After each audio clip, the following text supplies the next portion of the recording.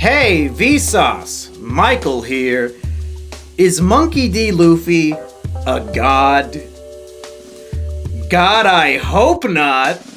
Hey folks, we are here to discuss chapters 1018 and 1019 of One Piece, but more importantly, there's one burning question that has been lifting my One Piece anxiety more and more as the arc has been going on. So, as much as I would like to go in depth about these fight scenes, I don't really read One Piece for the fight scenes. I'm more into the characters and lore and story. So let's just say the fight with Dinosaur versus Frankie, cool fight. Okay, we settled it. 1019, perfect chapter, awesome fight. Let's talk about the Sun God and all this other godly shit that's been going on lately.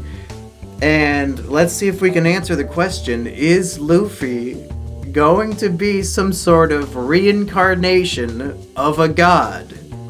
The reason why this has been on my mind, obviously other than the sun god Nika, and don't pronounce that one wrong, kids, but there's been a lot of things lately in the story that have been hinting more and more that Luffy might be more than meets the eye. He might be a super special lad.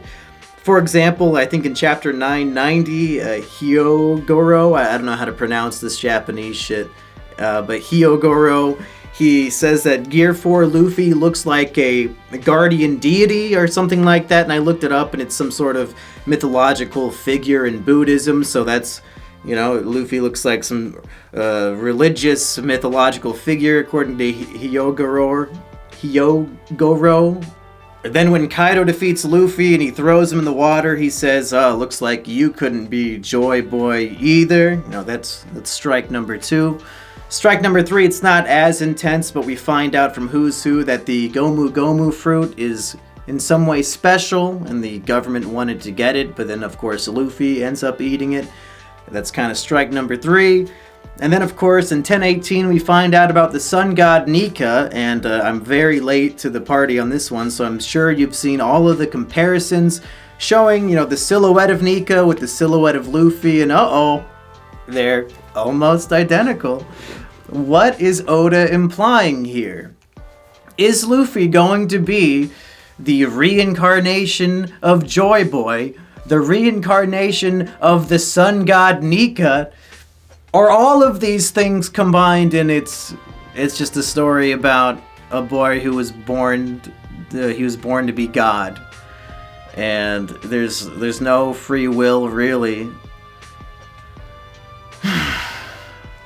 Just for the sake of our expectations, we might have to realize that the story that One Piece is might not be the story we want it to be. And this harkens back to a little story I like to call Naruto. You guys ever heard of that one? Naruto starts off strong. It's the story of the ultimate outcast, this boy with a demon inside him. His whole village hates him. He's treated like shit. He's sitting on his little crybaby swing all day. But through happy-go-lucky determination and hard work, he can fight his way up and one day become the president of the Leaf Village. That's his dream. But then by the end of the story, the author Kishimoto, he goes back on his own themes and the whole Neji versus Naruto thing of hard work and determination can overcome natural gifts and skill and blah blah. Well, it turns out Naruto is literally the reincarnation of God. And there's a good reason why a very large portion of Naruto fans were not on board with it by the end of the story. And I can't even tell you what's going on in Boruto, and hopefully I'll never find out. But I think a lot of people felt betrayed, and I'm sure a lot of people liked it, but I'm in the camp of, Naruto and Sasuke are the reincarnation of fucking God's children and shit.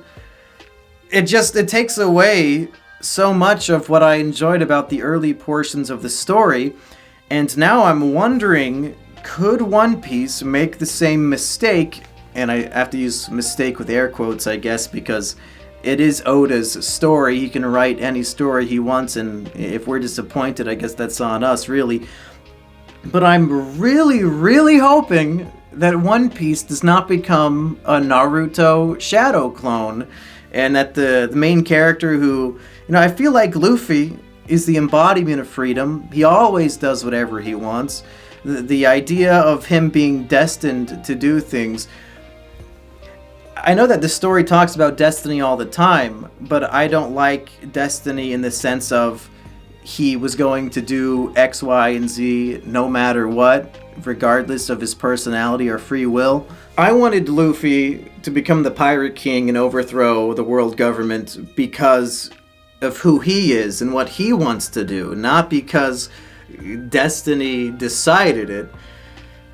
And when you have things in the story like at Fishman Island, Charlie, the fortune teller, predicts that Luffy will destroy Fishman Island.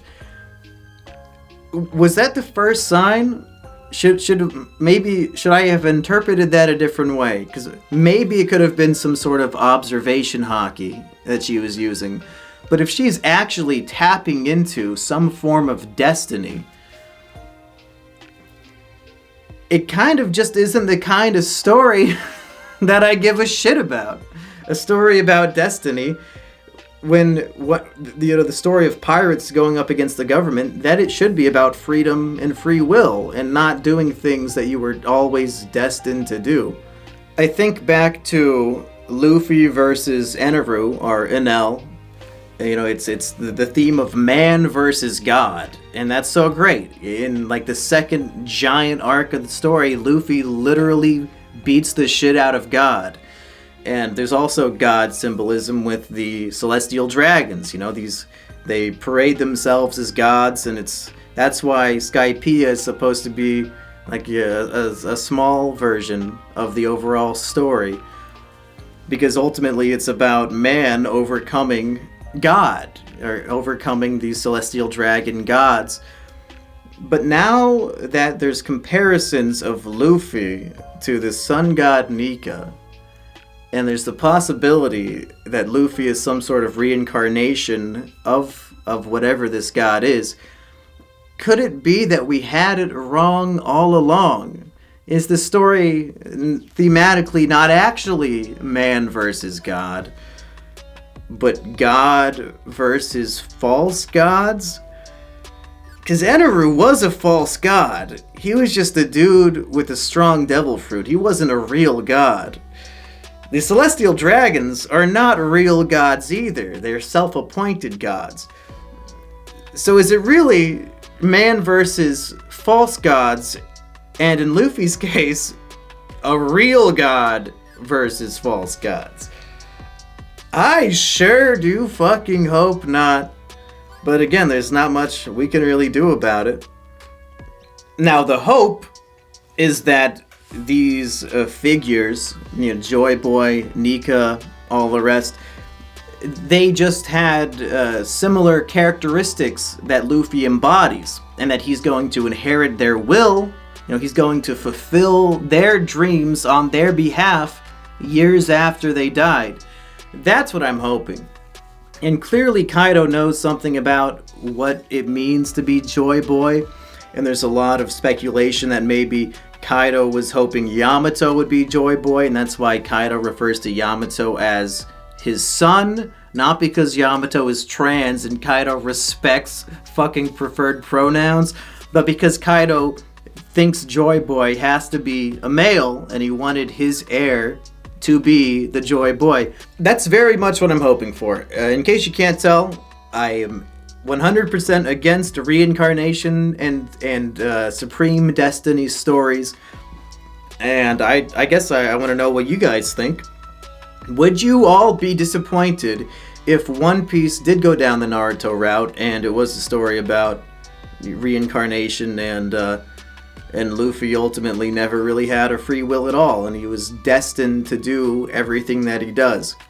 I think on a philosophical level there's a lot of comparing what is destined to what is free will that you can go into with One Piece. I don't really have the philosophy degree to dive into that, really. But if you guys have any ideas, let me know in the comments. I'm just right now waiting for more information because we've gotten a lot of hints that have got me a bit worried, and hopefully they will be explained in a way that keeps Luffy as just a guy with more determination than everybody else. I want Luffy to be more of a Rock Lee and less of a Naruto, if that comparison makes any sense. But really, that's all I had to say. I don't have a whole lot to say about chapters that are mostly just fights. That's why this chapter review, these double chapter reviews came out quite a bit late. Also, I was out of town. But I don't have a lot to say about fights, Like, yeah, it was cool when, Sakuki, what's his fucking name? He spins his thing around and he flies. Yeah, that was cool. Sure. But yeah, that's all I got for you. Just a few worries about where the story might be going. And again, let me know what you think in the comments. See you next time, folks.